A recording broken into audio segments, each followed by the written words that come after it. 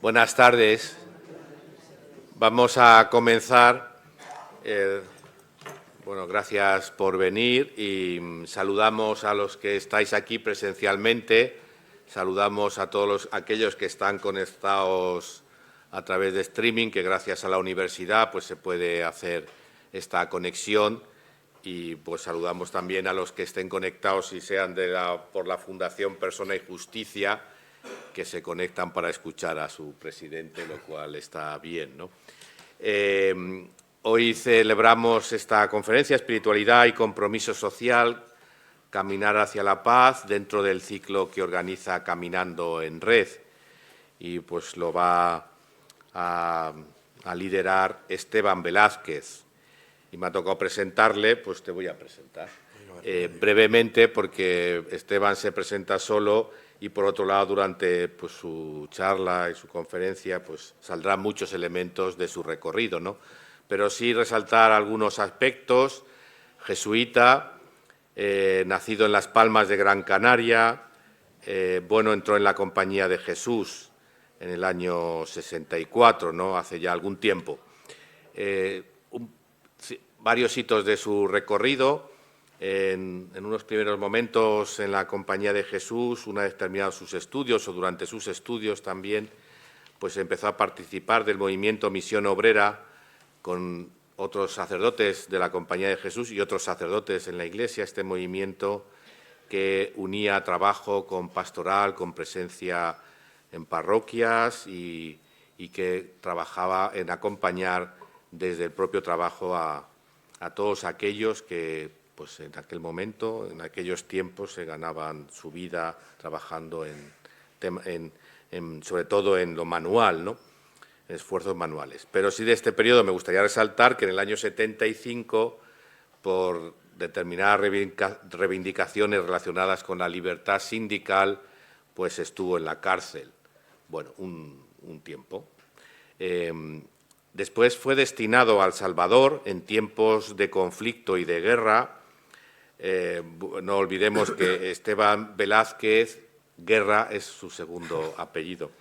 En tiempos de conflicto y de enfrentamiento, donde estuvo dos momentos acompañando, en un primer lugar, todo el movimiento de refugiados que producía el conflicto, y en un segundo momento estuvo acompañando en el distrito de Morazán, sobre todo pastoralmente, campesinos, personas que vivían en una zona controlada por la guerrilla, a los propios guerrilleros. Y de ahí pues, fue obligado a salir por esta presencia en medio de este conflicto, ¿no? Estuvo en Las Palmas posteriormente unos 13 años y ahí centrando su actividad pastoral en la parroquia de La Isleta y sobre todo también desarrollando un primer proyecto, el Patio de las Culturas, que esbozaba esta intuición de lo que es la solidaridad internacional, la interculturalidad, el diálogo interreligioso, las migraciones. Pues esta experiencia fructífera que durante muchos años después de la presencia de Esteban continuó, ¿no? Fue destinado después o fue a vivir a Sevilla, donde inició este movimiento, Iniciativa Cambio Personal, Justicia Global, de ámbito estatal, que quizá es más conocida en estos momentos porque es el momento que tuvo más relación con Alicante, con la mía, y también en esta dinámica de los encuentros que fueron tuviendo en Sevilla, en Granada, y creo que también en Alicante hubo un encuentro finalmente, ¿no? O sea que ahí pues le conocéis muchos de vosotros de esta presencia, pues también desarrollando esta iniciativa. En el año 2012 fue destinado a Nador, a Marruecos, donde empezó todo el proyecto de trabajo con el obispado, de un centro de formación profesional, Baraka, y todo el acompañamiento a la población migrante desde el arzobispado de Tánger, ¿no? Estuvo también ahí desarrollando las dinámicas en torno al cambio personal y justicia global en Marruecos, y en el año 16 pues, se le prohibió la entrada en Marruecos indefinidamente, mientras al regresar y salir, Nador está al lado de Melilla, al salir a Melilla, pues al volver, pues ya no le dejaron entrar. Posteriormente, en Granada, pues inicia este otro proyecto en el que está actualmente, que es el presidente de la Fundación Persona y Justicia, que ha establecido en una zona, en torno a Guadix, el Marquesado, en Jerez del Marquesado, un proyecto que trata de aunar las sensibilidades que son la base de todas sus iniciativas y su sensibilidad en torno a el diálogo interreligioso y la posibilidad de compartir las experiencias religiosas, el trabajo también del cuidado de la casa común con un espacio, una finca de agroecológica, ¿no? Y también la posibilidad de convivir en un espacio diferente, ¿no? Desde ahí, desde esta fundación, pues se lanzan constantemente iniciativas en torno a estas dos identidades, la persona y la justicia, que en el fondo expresa mucho de lo que es la vida de Esteban Velázquez. La persona sin justicia no es persona, la justicia sin las personas pues tampoco es justicia, ¿no? Y ahí es donde está ahora especialmente enclavado y dedicado a desarrollar que pueda ser un espacio de convivencia entre todas las culturas y las religiones. Pero es bueno también resaltar que es hijo predilecto de su ciudad natal, Las Palmas de Gran Canaria, y Can de Plata del Cabildo Insular de Gran Canaria. Es así, por su labor de la solidaridad internacional. Pues muchas gracias, Esteban, por venir hasta Alicante, pero bueno, es una ciudad agradable de clima, te va bien, y agradecidos por tus palabras. Después, al terminar, cuando termine, pues tendremos un espacio de diálogo y de conversación con Esteban, los que queráis. Gracias, Higinio. Gracias a todos vosotros por venir aquí. Gracias a Paquito, que lo recuerdo, y a todo el grupo de MIA que colaboramos aquellos años. Varias caras conocidas veo por aquí. Alguna me preguntaba cuando empecé a hablar que si era venezolano, porque claro, los canarios nos confunden siempre y tuvimos mucha relación histórica con Venezuela y con Cuba. Mi madre nació en Cuba, o sea que no se fíen de mí mucho. Tengo unas mezclas ahí extrañas, pero no vayan a ser como aquel que conocí, un profesor malagueño que daba clase en el colegio cuando yo era niño y decía: vosotros los canarios hacéis porvo castellano, ¿eh? O sea, nosotros lo hacemos porvo, pero ellos lo hacen porvo también, los malagueños. Nadie es puro y los lenguajes todos son mixtos y la vida es mezcla, que eso forma parte de lo que vamos a hablar. Bueno, el venir aquí me resulta agradable. Yo recuerdo con mucho agrado aquel esfuerzo que hicimos, el ambiente que creamos, las reuniones preparatorias. Pero quisiera, antes de empezar lo que voy a hablar, guardar un minuto de silencio o menos por dos personas que tienen mucho que ver con lo que voy a hablar. Y ya fallecida, una, Federico Mayor Zaragoza, acaba de morir. La paz fue su obsesión desde que dejó los cargos de las Naciones Unidas y en los cargos de las Naciones Unidas, la Fundación por la Paz. Tengamos en cuenta que se trata hoy de hablar de la relación de las espiritualidades y las religiones con el trabajo por la paz, ¿no? Indudablemente me viene a la mente, nos ayudó mucho a nosotros en todos nuestros esfuerzos, tanto en los que desde Sevilla creamos con iniciativa Cambio Personal, Justicia Global, como los de ahora. La última conferencia que nos dio online al grupo al del Centro Persona y Justicia fue precisamente, se titulaba Paz en la Tierra y Paz con la Tierra, ¿no? Un hombre apasionado por un mundo más justo, ¿no? Y la otra persona que me viene a la mente, por otros motivos, es una persona que vivía aquí, que algunos de vosotros conociste, Luis Marteles, el jesuita fallecido, que vivió en Alicante, que acompañó aquellos primeros momentos de relación y de vida nuestra desde Sevilla. Por los dos, un segundo, aunque sea de silencio y de recuerdo a estas dos personas.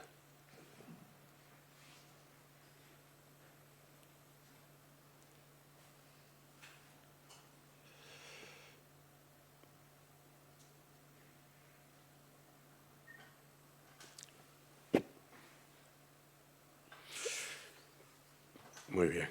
Iba a añadir, a tener presente en ese silencio, y se me olvidó, todas las víctimas de las guerras actuales en un momento enormemente bélico.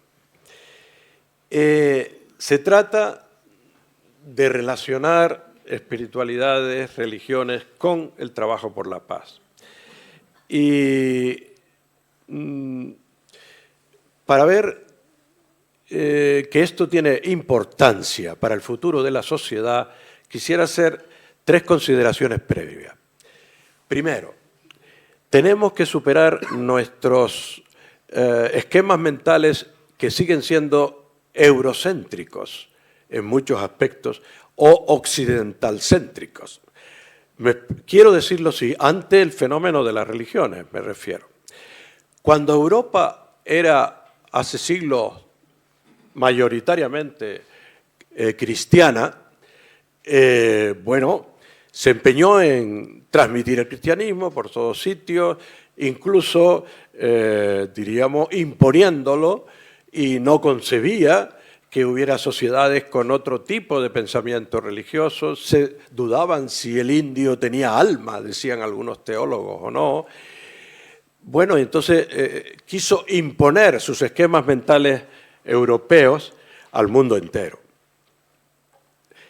Pero ahora pasa la inversa. Europa ya no es cristiana. Europa y Occidente tienen muchísimo porcentaje de ateísmo, de agnosticismo. Inconscientemente muchas veces cae en esa imposición a la inversa y quiere que todo el mundo sea ateo y agnóstico, o no valora suficientemente la aportación a la sociedad que hacen las religiones y las espiritualidades, cuando siguen siendo un porcentaje enorme, que no está en crisis a nivel mundial, sino en creciendo. Las religiones y las espiritualidades en Europa bajan, pero en el mundo entero se consolidan y crecen. Eso es un hecho sociológico. Y la primera palabra que yo quiero decir es respeto. No sigamos siendo impositivos. Un mundo laico, de acuerdo. Una España laica, de acuerdo. Pero una España laica bien entendida y una Europa laica respetará siempre, porque es el contexto de los derechos humanos que proclamamos, al que opta por las religiones. E incluso en Europa cada vez serán más. Disminuyen los cristianos, pero aumentan los musulmanes. El fenómeno religioso es un hecho sociológico del que no podemos prescindir, salvo que los esquemas mentales sean todavía conquistadores. Vamos a compartir con otras culturas, no a conquistarlas para nada. Y es fundamental el respeto a esa realidad sociológica. Hay un estudio de la Fundación Pluralismo y Convivencia, que como sabéis es el organismo del Estado español que se creó precisamente después del atentado de Atocha, cuando se dio cuenta de que, que las motivaciones de cierto terrorismo tenían que ver con religiones, el fenómeno religioso hay que tomárselo en serio, y se creó esa Fundación Pluralismo y Convivencia del Estado, del Ministerio de Justicia, para afrontar la relación con el resto de religiones de España.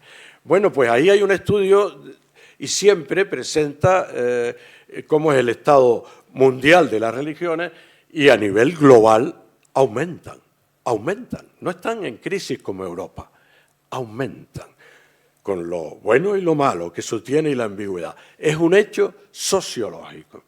Segunda reflexión que quiero hacer después de esta, del respeto a la realidad y al quitar esquemas impositivos eurocéntricos o occidentalcéntricos, tanto en la línea anterior pro-religión como en la actual, que puede ser una laicidad mal entendida impositiva a la inversa. Segunda reflexión. Ustedes saben, o muchos de ustedes sabrán, perdonadme que no me quite esto, es por ser canario, porque soy friolero.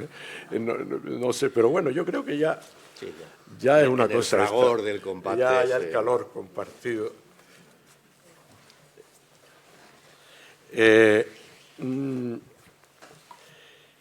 Como ustedes saben, en los años 90, Hans King, tuvo aquella intuición importante de escribir el libro del proyecto de ética universal, que lo complementó después por otro de ética universal en el mundo de la economía y la política, que es también quizás hasta más interesante que el otro. Y se reunieron las religiones en Chicago, en el segundo parlamento de las religiones del mundo, casi 100 años después del primer parlamento, que fue también en Chicago.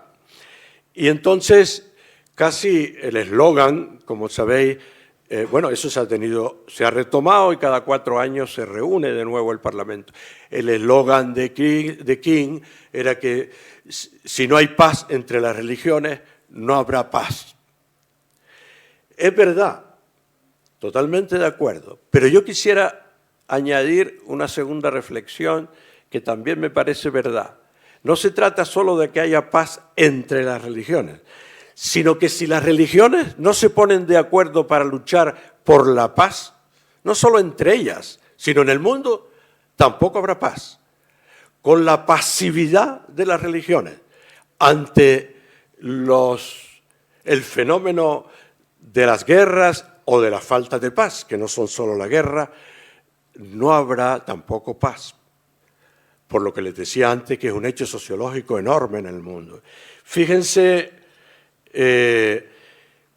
tercera reflexión, el llamado diálogo interreligioso tiene 4 aspectos. Uno es el diálogo teológico, de reflexiones, hay comisiones que a veces se reúnen.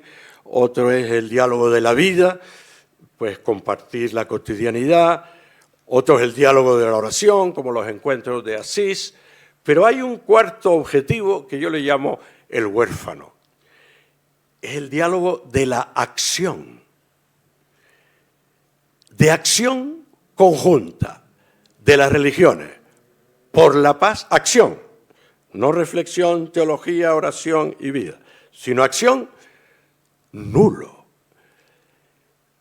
O casi nulo desde mi punto de vista. Y puedo discutirlo y podemos dialogarlo. Por ejemplo, a pesar de la preciosidad y diríamos lo positivo que fue ese documento sobre la fraternidad universal que firmaron el Papa actual y el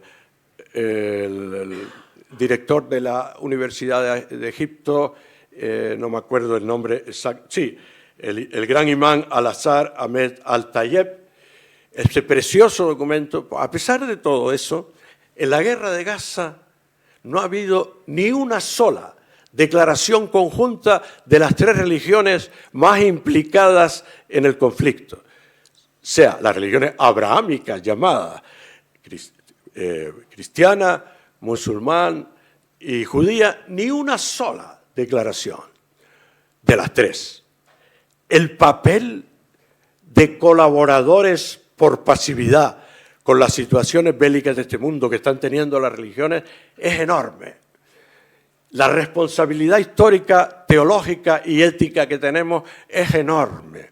Ni ante tragedias como la de Gaza somos capaces, las religiones, de decir una palabra conjunta y una propuesta conjunta. Hubo, sí, un pequeño encuentro entre el Papa y algún líder religioso del Líbano, y alguna cosa hicieron, pero de las 3 juntas, incluso con este rector de Egipto que tanto habían escrito el otro documento, nada. Tengo que decir, cuando lo de Gaza me pareció tal horror, hace 2 años que hice un ayuno de 1 semana en el pueblo donde tenemos este centro, en Jerez, y le escribí al responsable en la iglesia, que ha fallecido recientemente, Monseñor Ayuso, sevillano, una persona excelente, que por qué las religiones, y que acababan de firmar ese documento, por ejemplo, musulmanes y cristianos, no tenían una palabra. No me respondió. Es verdad que, por lo que leí en la prensa, en un magnífico discurso del Papa esa Navidad sobre aquel desastre, parece ser que intentó reunirse con víctimas de una parte y víctimas de otra parte, pero no hubo manera de llegar a un lenguaje conjunto. Quizás tiene ese atenuante, pero el hecho es que hoy por hoy, ante los grandes problemas de la humanidad bélicos, somos incapaces de una palabra conjunta. Fíjense en Ucrania. En Ucrania, dentro del cristianismo, como saben, en Rusia hay una, diríamos, ¿cómo se llama? Patriarcado, y en Kiev, en Ucrania, hay otro patriarcado. Bueno, el jefe, por llamarlo de algún modo, del patriarcado de Moscú, declaró guerra santa, la que está teniendo Putin contra Ucrania. Pero es que el otro patriarca, el de Kiev, cambió las fechas de la celebración principal de ellos, pascual, para no coincidir con la rusa, como diciendo yo estoy tan en contra de esto que ni siquiera el hábito religioso común que teníamos lo voy a mantener, porque no quiero saber nada. O sea, mucho discurso teórico bonito, pero en las situaciones decisivas, fuertes de la humanidad, no hay un trabajo conjunto y una palabra conjunta de las religiones. En ese aspecto que digo, sobre todo del diálogo de la acción. Bueno, ante este hecho, y voy por esta agüita porque se me seca la boca, a la salud del colectivo.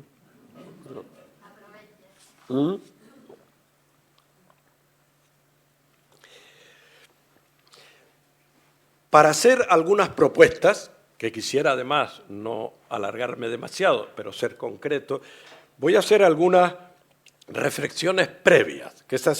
Primero hice algunas consideraciones generales sobre el estado actual del diálogo interreligioso en relación a las situaciones de guerra o de paz, y ahora voy a hacer algunas reflexiones previas antes de hacer pues algunas propuestas que me parecen importantes, necesarias.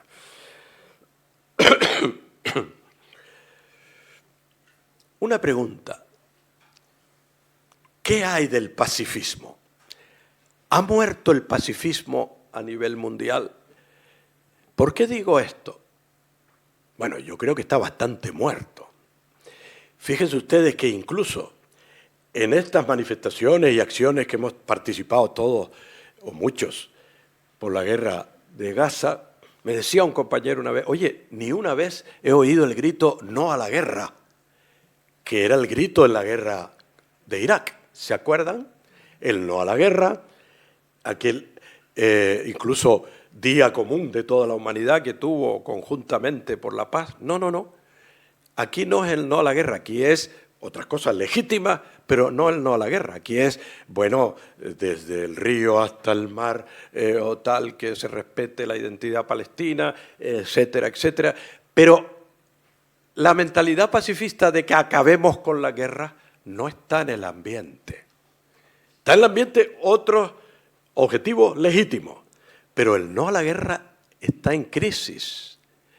El pacifismo no aparece con fuerza en la sociedad. Desgraciadamente hemos sido a veces hasta en esto del pacifismo interesados. Yo recuerdo que anterior a esa guerra de Irak y el no a la guerra, quizás a lo mejor condicionados porque se trataba un no a la guerra con mucha carga de anti-Estados Unidos y de aquella imposición de Estados Unidos en contra de la mayoría en las Naciones Unidas de seguir para adelante con aquella guerra de Irak. Quizás por eso había un no a la guerra rotundo, pero eso no vale. No tiene que ser solo porque Estados Unidos ha metido la pata y tengo que oponerme a Estados Unidos. El no a la guerra es porque no quiero ninguna guerra como solución de los conflictos. Ese es el pacifista. El no a la guerra está en crisis.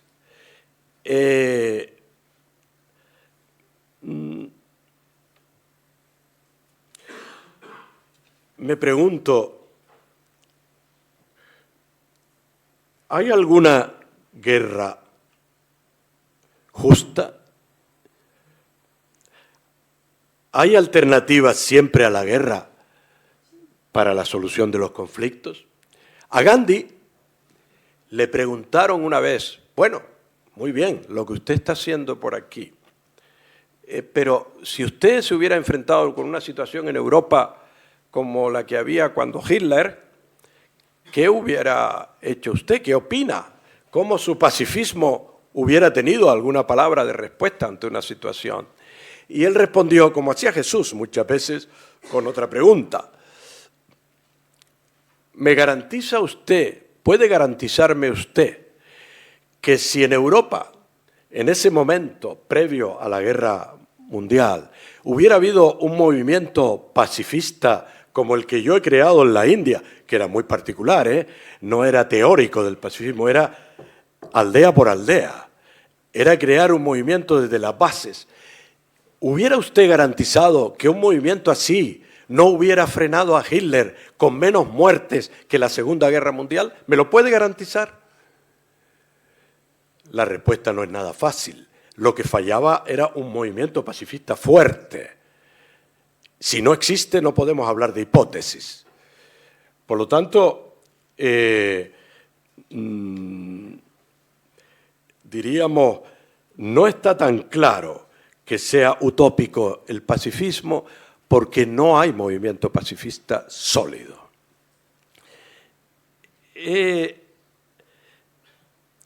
Yo creo,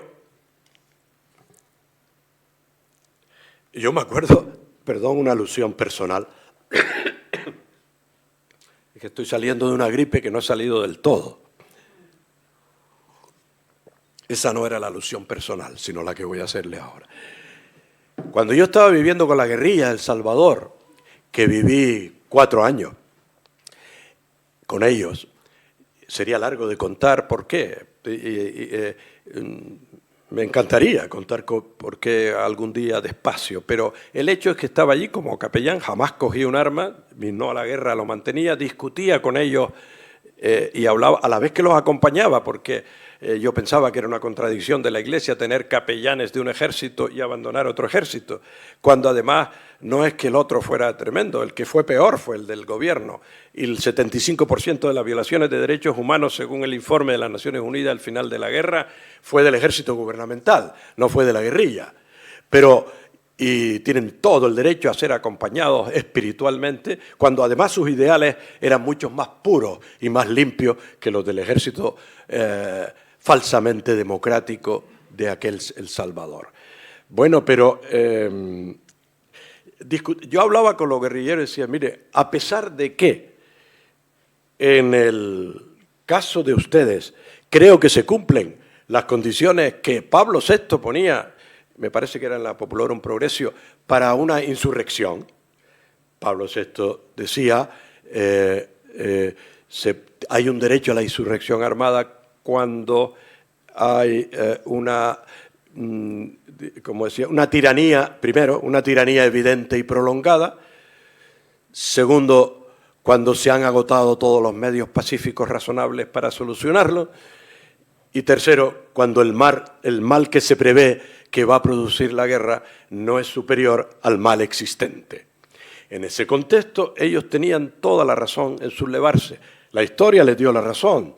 Hubo que tener unos acuerdos de paz a costa de muchos dolores, entre otros el asesinato de mis compañeros jesuitas. Ese día estaba yo escondido en un barranco, ese mismo día. Bueno, pero a lo que voy, yo le decía, lo mismo que he venido y he dado la cara por ustedes y estoy aquí, porque tienen derecho, yo creo en otros caminos para conseguir lo que ustedes quieren conseguir sin necesidad de la guerra. Me decían, nunca se ha dado pasos trascendentales de cambio histórico en situaciones injustas sin la violencia. Digo, no, hay excepciones. Gandhi fue una, Luther King fue otra. Por cierto, por si se me olvida, como no surja un pacifismo fuerte en el siglo que estamos, el desastre va a ser cada vez peor. Estamos hambrientos de líderes y movimientos pacifistas revolucionarios, en el sentido auténtico de esa palabra, que quieren un cambio de sociedad, no de miedo al dolor solamente. Bueno, pero quiero deciros con esto que creo en la posibilidad de soluciones y movimientos, incluso en situaciones en que la misma doctrina de la Iglesia permite el uso de la insurrección armada.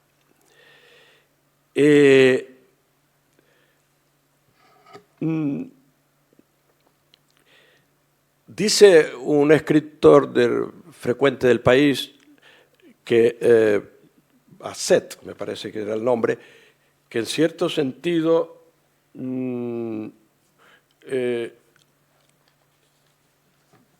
decía que se ha pasado del no a la guerra a la guerra como forma de vida. La guerra como forma de vida. Del no a la guerra, el consentimiento de la guerra y de una vida que se organiza dando por hecho que no se puede evitar. En todo caso, es un hecho sociológico que no hay un movimiento pacifista fuerte. Ante esta situación, algunos previos o algún previo y algunas propuestas. El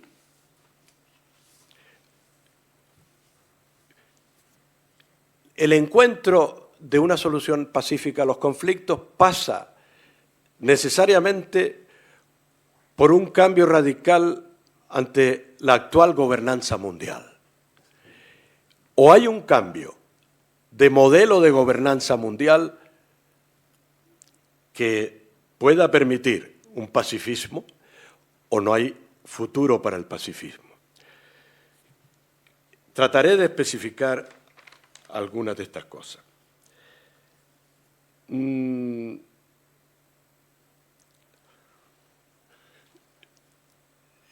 Las Naciones Unidas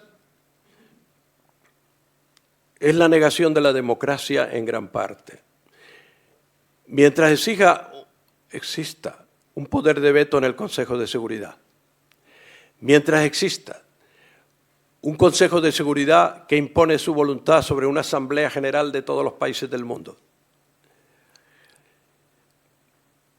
mientras exista una Naciones Unidas gobernada por los ganadores de una guerra, no hay camino claro para todo este sueño que estoy pensando o que estoy proponiendo de una gobernanza pacífica.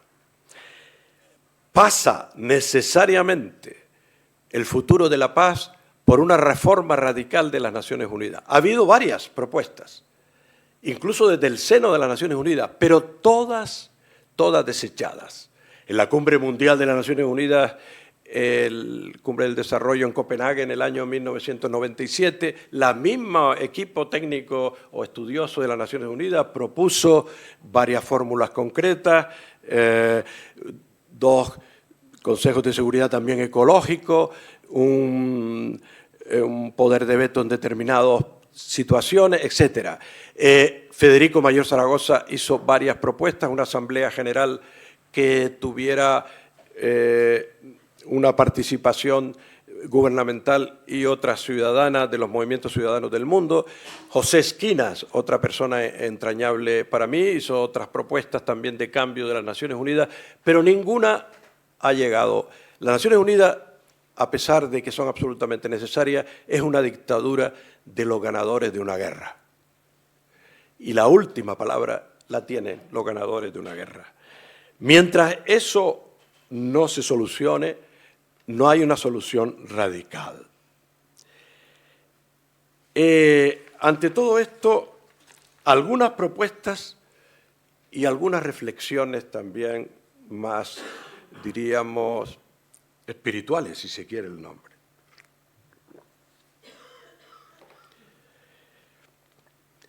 Los nuevos nombres de la paz.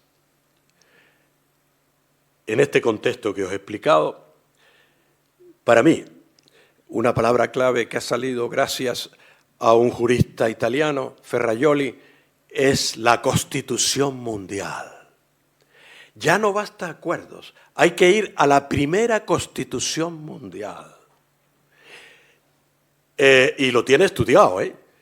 Les recomiendo ese libro, Hacia la Constitución Mundial de Ferrajoli. Cada vez es más conocido a nivel internacional. Está con una asamblea trabajando cada año eso.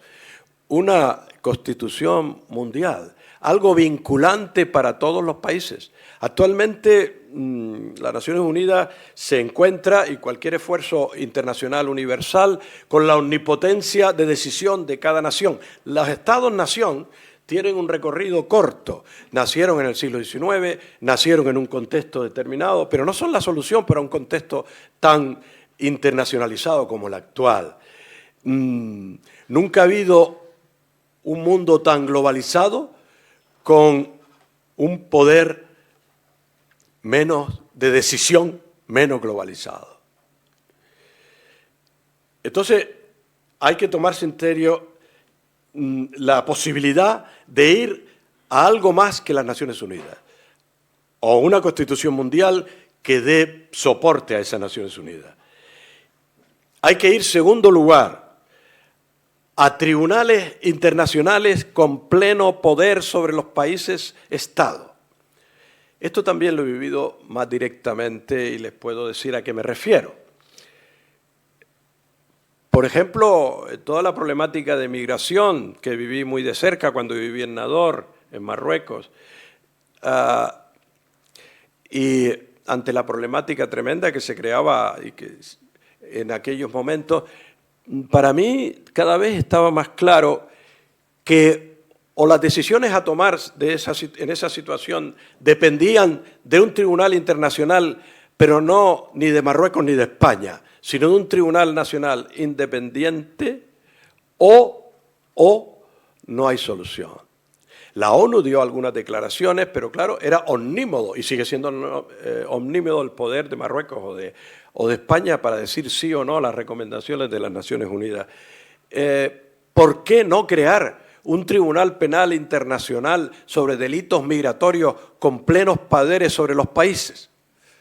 Estamos tan lejos de eso todavía.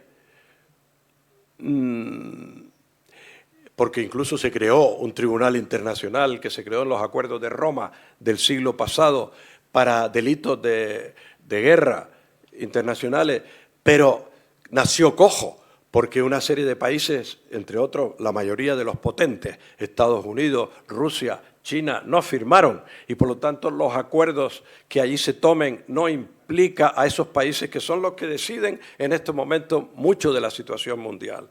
Es decir, no podemos una situación de tal envergadura y de tal globalidad afrontarla con los instrumentos legales que existen actualmente. El mundo tiene que ir hacia una evolución de legalidad internacional mucho más globalizada. Y de gestos contra el respeto a la legalidad internacional que lo hay. Le propuse un gesto al Papa.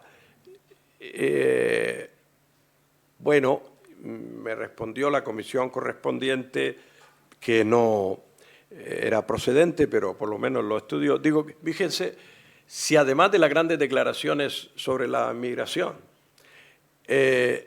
después de aquella firma del documento de la Fraternidad Universal entre el líder musulmán y el líder cristiano, tuviéramos el solo detalle de que poner una barquita en el Mediterráneo a nombre de las religiones como Open Arms y como otros, y que se llamara Fraternidad Universal, como ese documento, para ayudar a las víctimas de ese cementerio mundial que es el Mediterráneo. ¿Por qué no hacemos las religiones al menos lo que hace Open Arms o lo que hace Médicos Sin Fronteras, que también tuvo otro? Ni siquiera eso de indispensable aportación humanitaria en un contexto de emergencia que nosotros mismos como Iglesia condenamos, somos capaces, las religiones, de un gesto conjunto desafiante ante el gobierno que sea, el italiano de este o el español de quien sea. En el cuarto capítulo del diálogo interreligioso somos unos aprendices que no hemos dado pasos sustanciales. Y ante todo esto,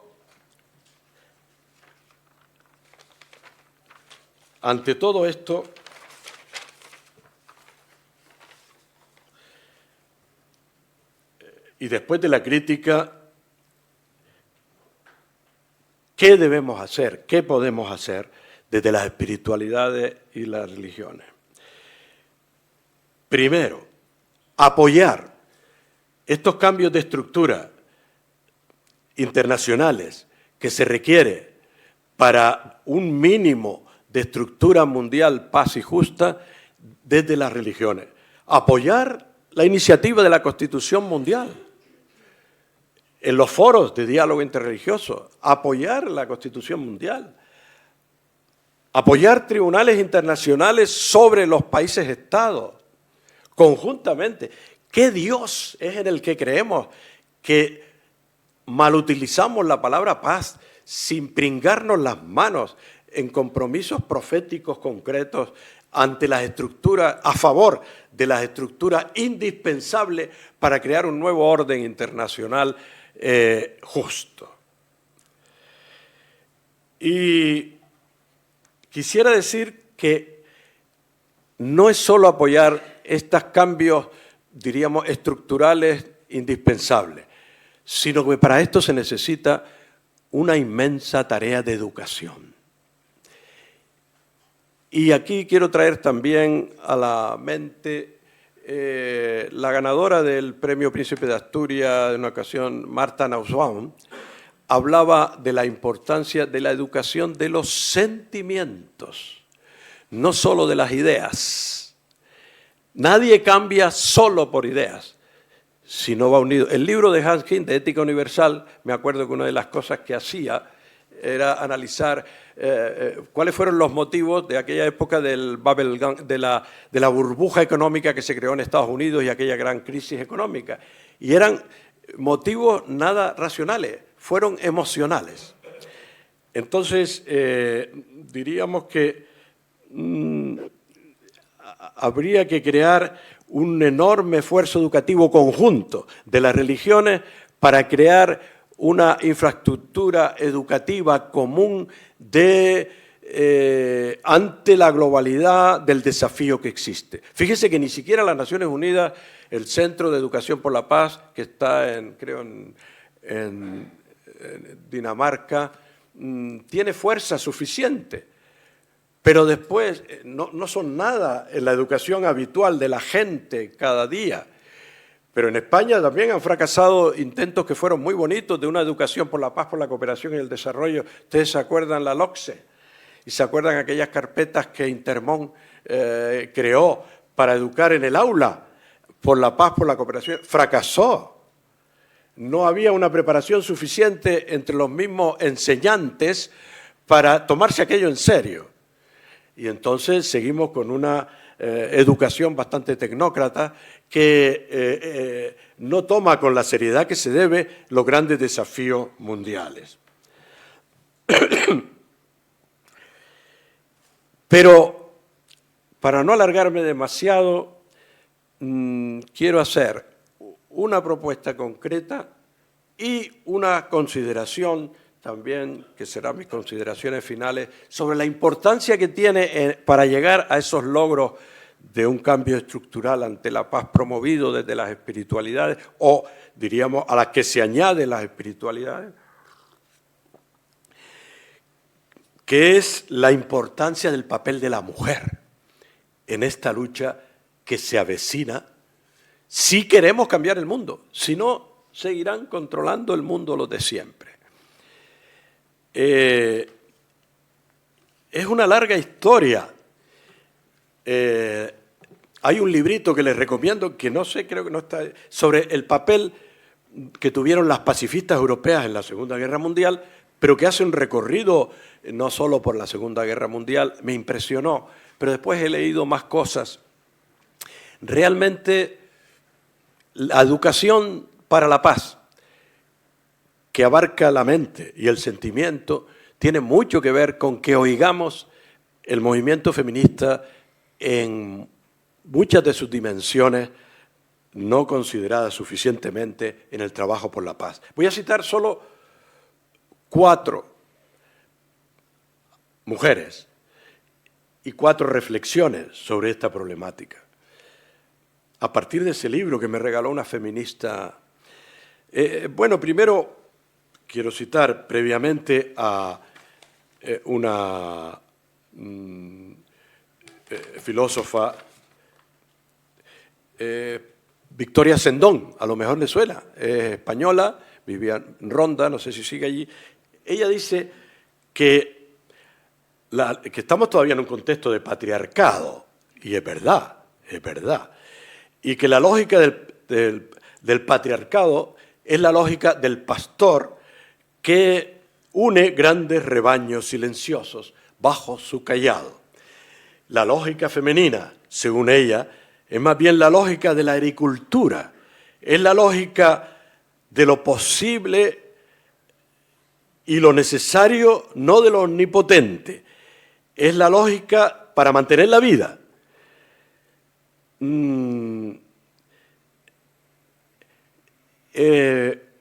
El arte de la política no es el arte de lo posible, como se suele decir, sino el arte de hacer posible lo necesario para la vida, que es muy distinto. Ahí te quiero ver, no en el arte de ver qué es posible, sino el arte de hacer posible lo que la vida requiere. Eso es la verdadera vida política, según esta perspectiva que sobre todo las mujeres nos consideran, nos lo dicen perfectamente. Las mujeres de reflexión feminista más destacadas, al menos las que yo he conocido. Desde siempre. Fíjense que en las guerras de la época de Grecia, la confrontación que hubo entre Creonte y Antígona, dice Antígona, yo no nací para compartir el odio, sino para compartir el amor, le comenta Antígona a Creonte, cuando éste trataba de crear un nuevo orden fruto de una guerra que llevaría inevitablemente a otra guerra. La réplica de Creonte, que me recuerda a muchos personajes de la actualidad, esta brutalidad, fue una rotunda como expresiva de la violencia y el autoritarismo de la sociedad. Si tienes que amar, porque ella dijo también que nuestras madres nos han educado para besar al enemigo. Y responde Creonte, no, si tienes que amar, vete debajo de la tierra y ama allí. Mientras yo esté vivo, no habrá mujer que mande. Amigo, no sé por qué, inevitablemente me acordé de la Iglesia Católica. No habrá mujer que mande.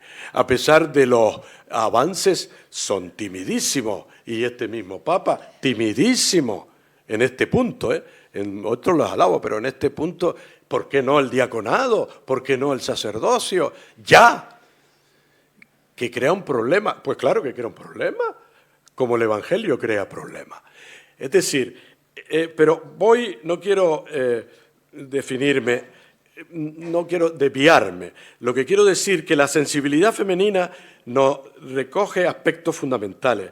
Desde siempre es la política entendida como la que interrumpe los mecanismos de fuerza tanto en este mundo como en nuestra alma. Otra autora que quiero citarle, Simone Weil, en la Segunda Guerra Mundial. Simone Weil, en su libro Mística y Religión, dice aquellas palabras que hoy me parecen proféticas. Dice, acabada la guerra, dice, la Europa dominada y oprimida, no parece que anunció la realidad, no vivirá tiempos mejores en el momento de la liberación, el que vino después de la Segunda Guerra Mundial, a no ser que sea también el momento de la pobreza espiritual.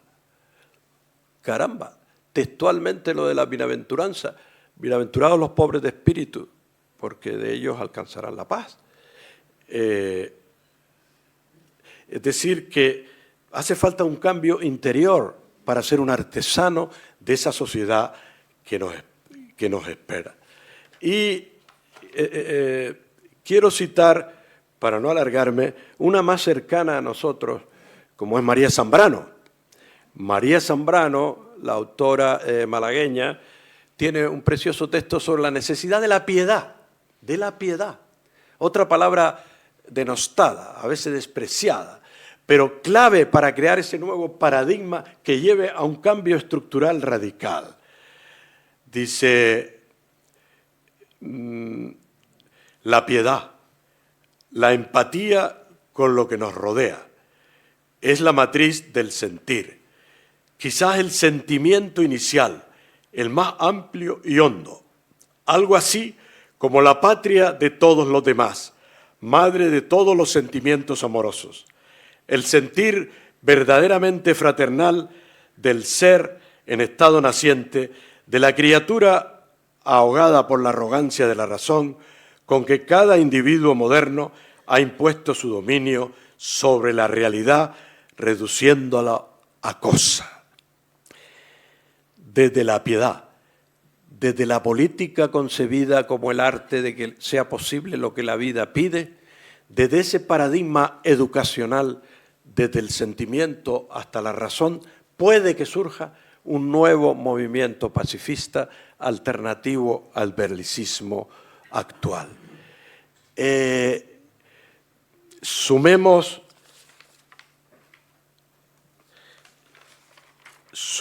esfuerzos. Termino haciendo una propuesta concretísima. Al menos los colectivos que en estas regiones del sur y cercanas de España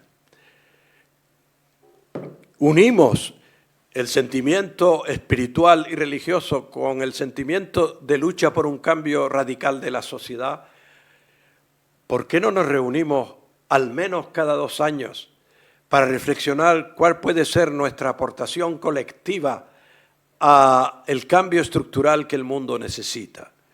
Fíjense que los movimientos espirituales más intimistas, los respeto, y más hacia adentro, tienen sus estructuras y sus encuentros.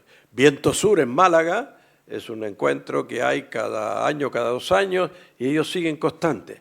Pero los movimientos espirituales que tenemos una sensibilidad con mayor acento en el cambio social estructural global de la sociedad, no tenemos una red de intercambios permanentes y de búsqueda conjunta de alternativas. Entonces, desde aquí, el MIA de Alicante, desde lo que hay en Sevilla, que es el MIS, Movimiento Interreligioso de Sevilla, e Iniciativa Cambio Personal, Justicia Global, desde lo que hay en Murcia, Justicia y Paz está muy en esta línea, los comités Oscar Romero, y de lo nuestro, de Centro Persona y Justicia, ¿por qué no pensamos en cada 2 años reunirnos y crear bases de una espiritualidad nueva para un cambio radical, estructural, político, que ha de pasar necesariamente por unos cambios de estructuras mundiales mucho más radicales que las que hasta aquí hemos llegado? Bueno, pues este es mi sueño, por lo menos, mi propuesta que les transmito, y gracias por haberme aguantado.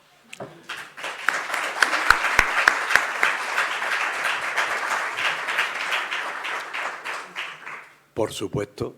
Claro, ahora quien quiera, pues levanta la mano y empezamos un diálogo. Creo que hay un micro aquí.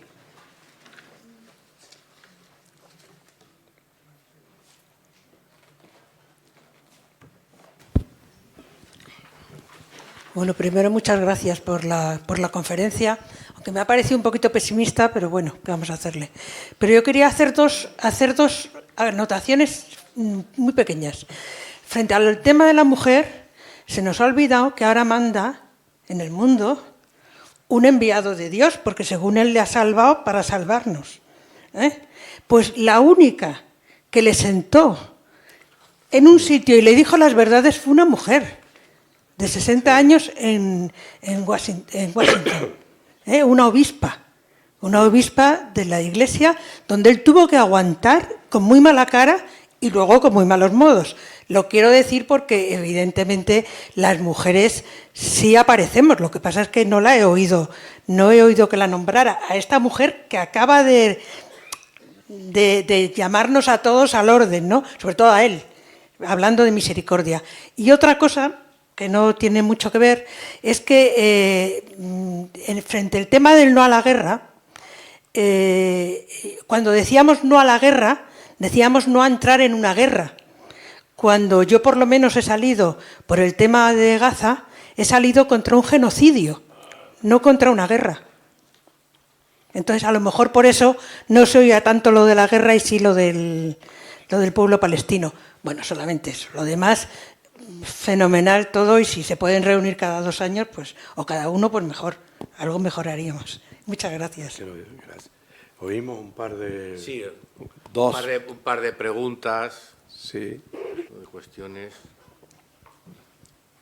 No es para evadirme de usted, ¿no? Que va, ahora digo. Pero si hay alguna pregunta más, unimos un par de preguntas. Si no hay más de una, me considero un fracasado.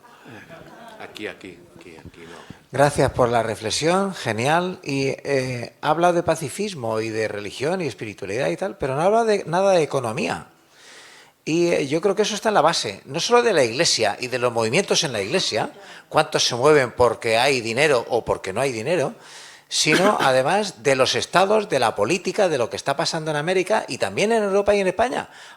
Si no hay dinero, no se puede sacar adelante y se fuerza que haya dinero para lo que queremos que haya y se aparta lo demás, hasta las guerras.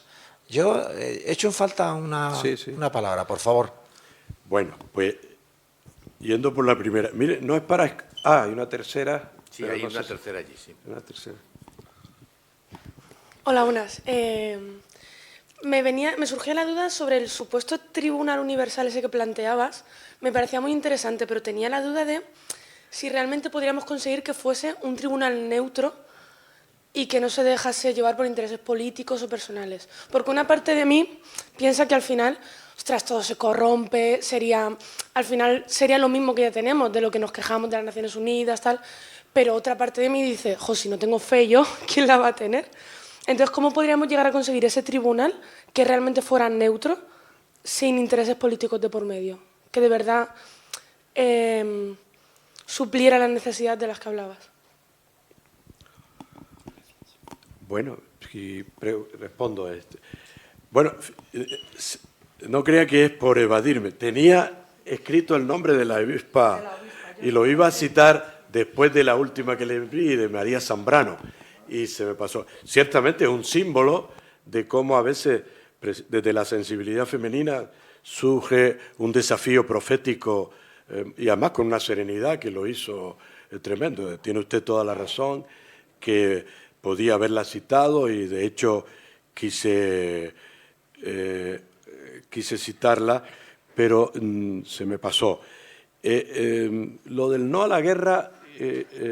no le entendí muy bien lo que preguntaba. No preguntaba, simplemente decía que si no se oían en las manifestaciones pro-Gaza, Ya. a favor de los palestinos, y no la guerra, porque el sentimiento era de que íbamos a luchar contra un genocidio, Sí. no contra una guerra como la que nosotros conocemos.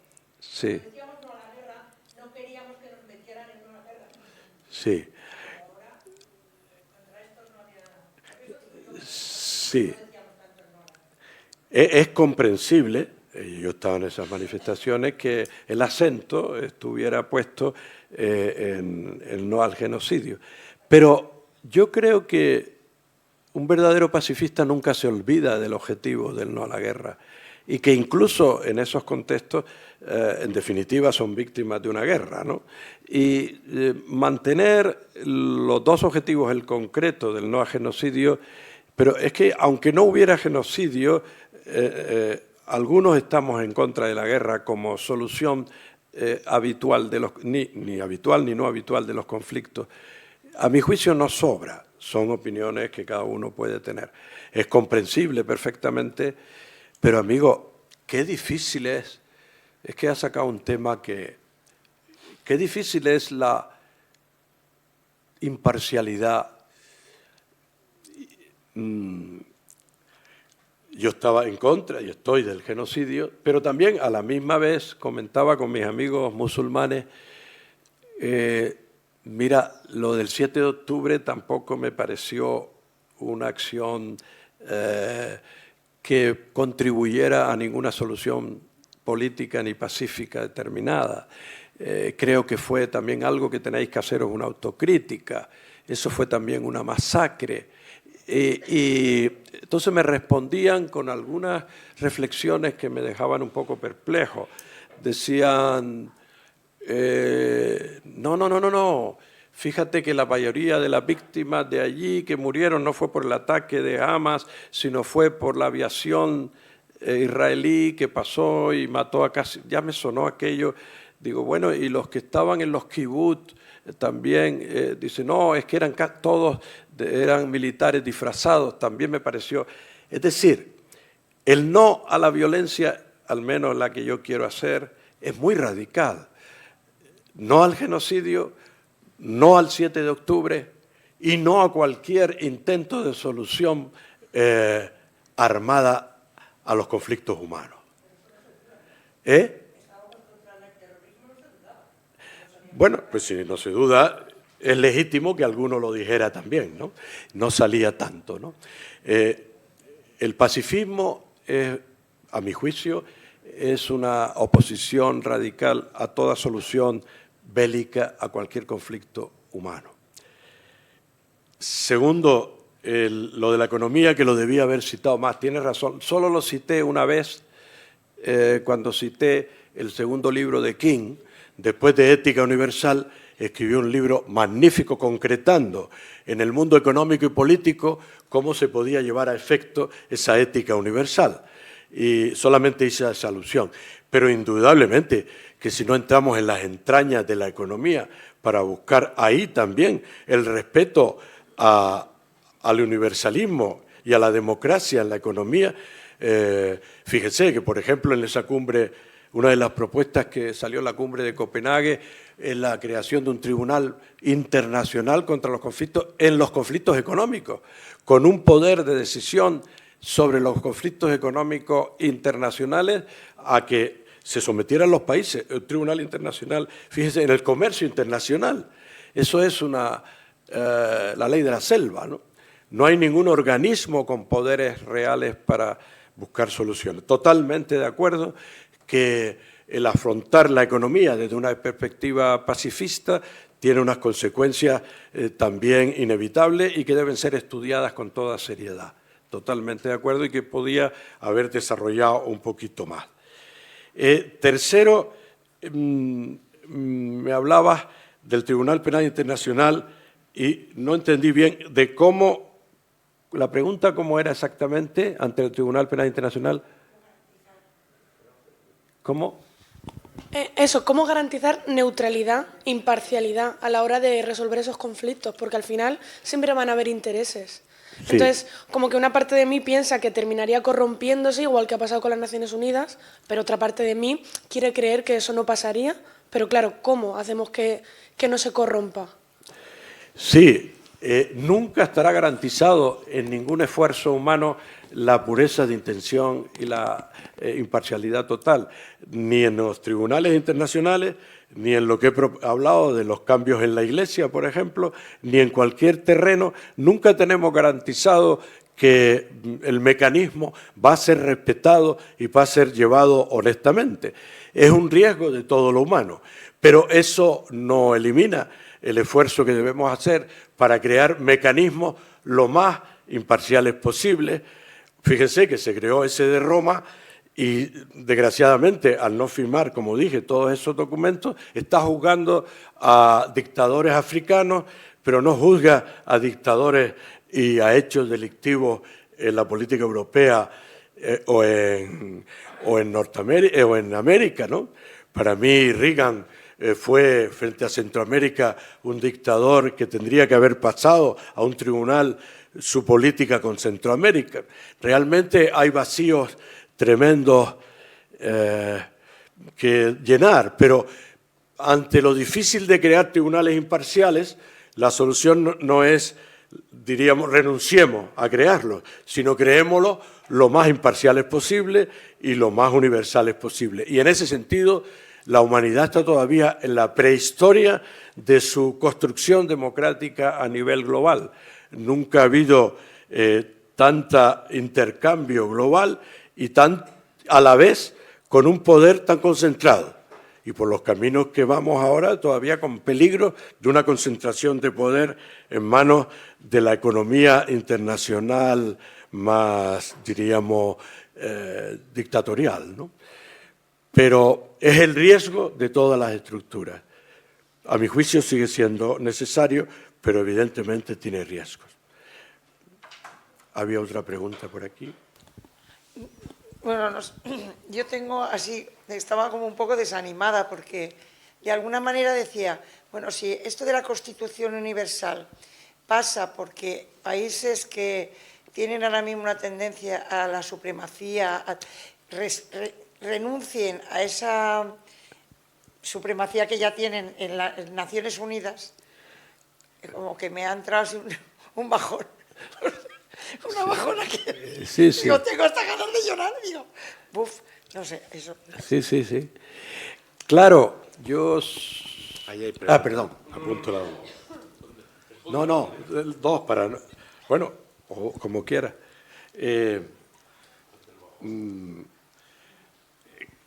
La bajona ante la realidad que se impone y que a veces frustra los mejores sueños, es cierto. A Cristo le podía haber dado una bajona impresionante, porque fue un fracasado que murió allí, traicionado por sus cercanos, con 2 mujeres o 3 que le acompañaron, y de lo que sembró, a ver lo que queda, ¿no? Es decir, el fracaso es un factor con el que hay que convivir como inherente a toda la realidad humana, pero que en ningún momento puede eliminar los esfuerzos positivos por crear el mejoramiento de la realidad. A eso estamos, diríamos, en la realidad ambigua de la sociedad y del ser humano. Pero ciertamente convivir con la posibilidad de fracaso y es necesario en toda lucha social. Pero ahí está. Ante eso, ¿qué hago? Pues aportar... Bueno, hay a veces cosas inesperadas. Curiosamente, cuando se creó, después de la Primera Guerra Mundial, que siempre después de la Grande Guerra se tiende a crear estructuras que la eviten, ¿no? Y se creó la Liga de las Naciones. Ustedes recordarán que fue la antesala de la ONU después. Y fue precisamente un presidente norteamericano, Wilson, el que dijo que él para su país solo quería un voto, no quería más, y que renunciaba a lo que existe ahora, el poder de veto de determinados países ganadores. Bueno, duró de presidente un suspiro, porque cuando llegó el pobre a Estados Unidos, eso... Pero mira, hasta de las piedras pueden salir hijos de Abraham a veces. Y eso sí, esto es cuestión de muchos siglos. El que no tiene asimilado que en el breve periodo histórico de su vida no va a haber probablemente la mayoría de sus sueños realizados, diríamos, no se ha reconciliado con la realidad. Yo estoy convencido que probablemente moriré con muchas de las cosas que pensé no realizadas o incluso algunas fracasadas. La realidad es así, pero eso no debe alimentar, diríamos, la negatividad o el no seguir haciendo esfuerzos, porque también es verdad que hay avances y que a veces siembras que parecían que no servían, sirvieron después, incluso tras la muerte de la persona, ¿no? Entonces, esa es la ambigüedad de la historia humana, pero le comprendo perfectamente. Y había otra pregunta. Sí, vamos a ver. No, no me hace falta. No, ya se ve. Creo que no. No, no, está claro, está claro.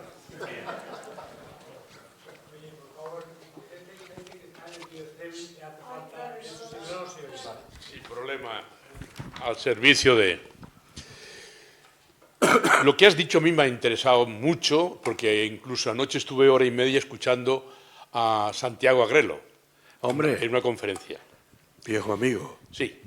Y entonces él planteaba también una serie de cosas, pero aquí el problema, yo lo vivo desde este verano, en que tuve que hacer una arenga en un pueblo, a una santa, que es Santa María Magdalena, yo soy de Novelda, Y cuando estaba haciendo la arenga de que tenemos que educar a la familia, de que hombres y mujeres son iguales, los hijos, hija e hijo, son iguales, pues me llamaron la atención, corta, corta o te corto. Lo digo ¿Llamaron para la que... atención? No te he oído. Sí, me llamaron la atención, corta, corta o te corto. Ah. Alguien que podía decírmelo, claro. Entonces yo no hice caso y seguí adelante en esa arenga. Y claro, el problema es que eso son ideologías, me dijeron después, eso es feminismo. Y digo, ¿y feminismo qué es? Feminismo es que el hombre y la mujer somos iguales. ¿O no? Ese es el problema. Y ahí es donde yo voy un poco a la educación. Hoy, en estos momentos hace falta que sepamos, alguien vaya diciéndole a la gente que la persona humana es fundamental. Y además, desde el Evangelio, lo que hagas a uno de estos mis pequeños, a mí me lo haces, al mismo Jesús, al mismo Cristo. Esto no está dentro de nuestras venas, no está dentro de nuestras entrañas. Y si nos vamos hacia la historia, últimamente tenemos que, en tiempo de los nazis, los judíos, como eran ratas, a una rata se le puede pegar un tiro. Y lo hemos visto en películas. Una rata no es persona. O en África, los tutsi, los batusi y demás, como son cucarachas, pues se les aplasta. Ahora, los emigrantes, como vienen a quitarnos el trabajo, son unos violadores, unos sinvergüenzas, unos tal, no son personas. Entonces, claro, y la política, venga. ¿Qué hemos hecho? Y los medios de comunicación, estamos quitando a la persona. Yo desde este verano que me pasó eso, en todas las homilías que puedo digo, el grito y sueño. El grito mío, ¿sabéis cuál es? Y lo voy a decir, porque lo siento. Si las mujeres del mundo se juntan por amor, mañana no, pasado mañana no hay guerra. El problema es que se junten, pero claro, ahí están las ideologías, ahí están las ideas. Hace falta esa revolución emocional que decías, esa inteligencia emocional que una todos los sentimientos y está en vosotras, mujeres, de verdad, porque sois las que nos traéis al mundo a todos. Y que se junten por amor. Y cuando hay amor, ese es el amor, y ese es el amor. Porque si yo le pregunto esta mañana, o esta tarde, o ahora, a Jesús de Nazaret, a ese, el fracasado, ¿qué hay que hacer? O le pregunto a María Magdalena, o le pregunto a María, a la Virgen, ¿qué hay que hacer? Nos dirían eso, por amor. Por amor. Y por amor es posible algunas cosas. Lo que ocurre es que es muy difícil en estos momentos. Para eso hace falta esa educación. Educar a la persona, y vosotras, las mujeres, tenéis el más del 70%. No digo 60 ni 50, 70%. Gracias. Aquí hay otra pregunta. Hay otra pregunta, por lo visto, por ahí. Sí. Es que, bueno, hay demasiadas cosas involucradas en este discurso que es difícil quedarse con alguna, pero como mujer me voy a quedar con lo de las mujeres.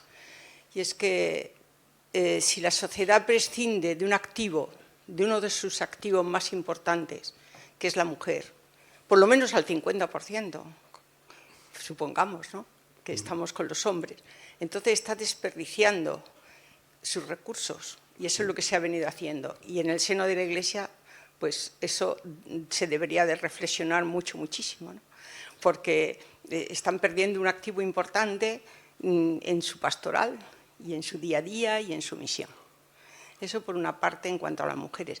En cuanto a la educación, para mí es fundamental. Yo creo que no se puede lograr nada si la base de la educación. Pero el mundo va muy rápido y nosotros tenemos que ir muy rápido también educando a los que están. Y el problema que tenemos es quién educa al educador. Porque en este momento las convicciones, los valores, había que recolocarlo todo para ver quién educa al educador. Y en cuanto a lo de las emociones, mucho cuidado. Mucho cuidado porque hay que educar en la reflexión y en la verdad. En la búsqueda, no digo la verdad absoluta, sino en la búsqueda de la verdad. Y en la reflexión.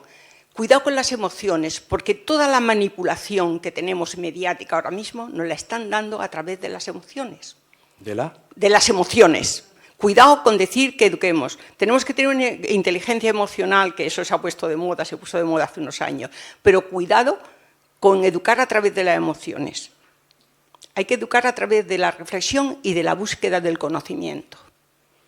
Porque justo lo que nos está pasando ahora mismo en la sociedad es que nos están manipulando a todos y justo a través de las emociones. Nada más que era eso.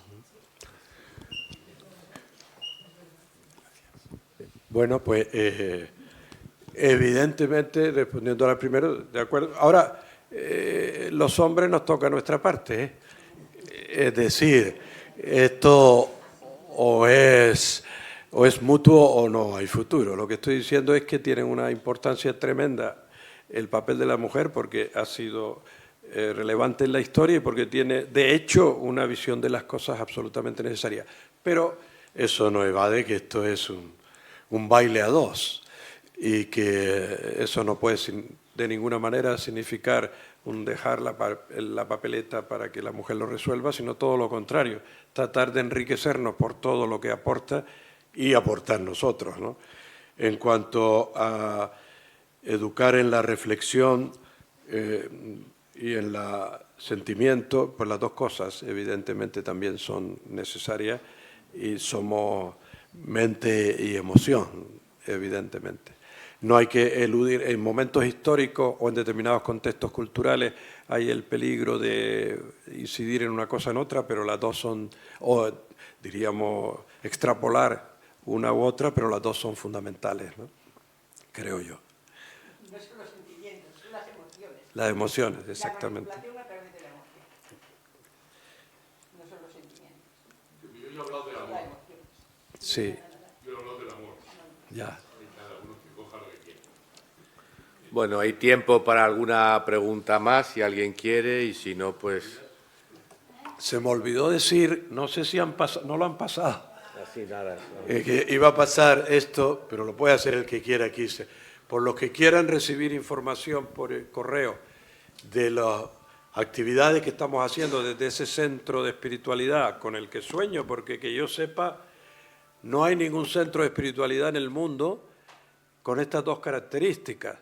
Una, que he llevado con el poder de decisión totalmente interreligioso, es decir, que el patronato que decide lo compone gente de religiones y de espiritualidades ateas o agnósticas también, que la espiritualidad no es exclusiva de las religiones.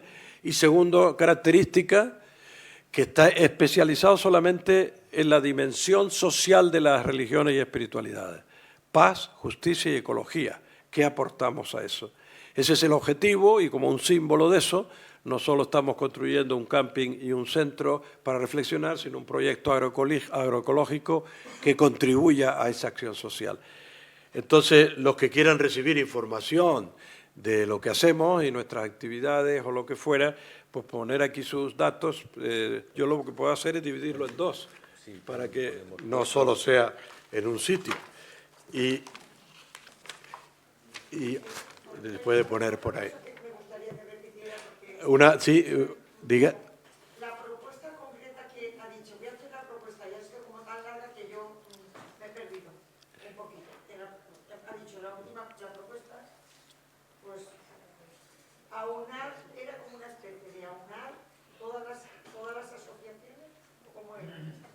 Ah, bueno, era una propuesta de actividad. Sí, es que he hecho varias propuestas. Era que organizaciones que tenemos una sensibilidad parecida, que unimos lo religioso espiritual con lo social en áreas cercanas, que por qué no nos reunimos por lo menos con una frecuencia de 2 años y tenemos un intercambio como hacen otros encuentros de otras espiritualidades de otros signos. Y en ese sentido, la estructura que estamos creando allí está a disposición para que sea allí o donde digamos. Este grupo sería para un poco unirse a esta propuesta, ¿no? Sí, pero que... ¿Esto qué se va a hacer? No, esto no sería solo, esto sería para información en general. La propuesta es una acción más que proponemos desde ese centro en el que manda su correo, pues le informaremos de todo, lo que actividades o formaciones que hacemos, ¿no? Vale, dejamos aquí las hojas y los bolis para poder apuntarse al salir. Bueno, pues terminamos con un aplauso fuerte. El